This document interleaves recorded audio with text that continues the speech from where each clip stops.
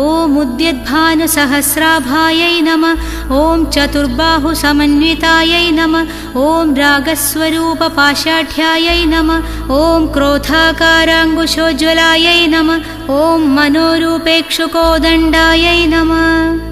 ॐ पञ्चतन्मात्रसायकायै नमः ॐ निजारुणप्रभापूरमज्जल्ब्रह्माण्डमण्डलायै नमः ॐ चम्बकाशोकपुन्नागसौगन्धिकलसल्कजायै नमः